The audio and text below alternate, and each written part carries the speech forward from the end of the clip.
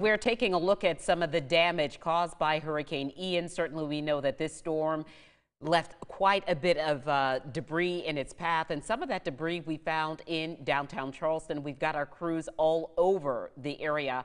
News 2's Hannah Powers is in downtown Charleston right now. And Hannah, we know that you are on Meeting Street, but for folks just taking a look at this picture, you don't immediately recognize this as Meeting Street in downtown Charleston.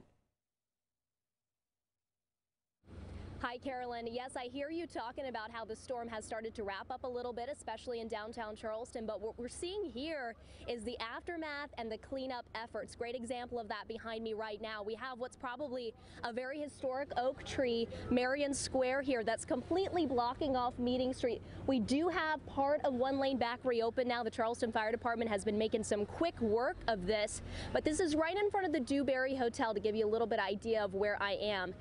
Also interesting to note that this tree just fell in the last hour and a half or so after the worst part of the storm.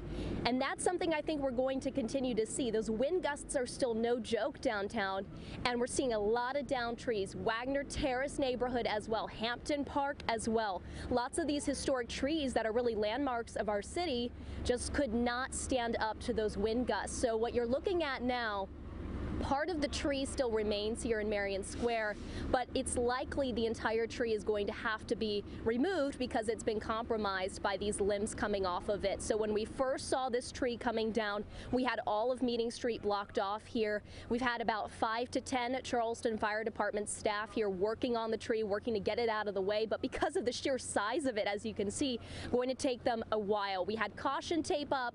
They took that down here as they're getting more to the center of where the tree has fallen. But it's also going to be hard to get all of this debris and limbs out of here even after they get part of this lane back open. Now, Meeting Street has been really crucial all day because of how it is located downtown. We had the crosstown flooded. We had many of our roadways flooded, still underwater. And Meeting Street was one of the main spots where you could still sort of navigate to different areas of downtown, getting you from that Wagner Terrace area closer towards the Battery. So while this was closed, made it really hard to move around downtown.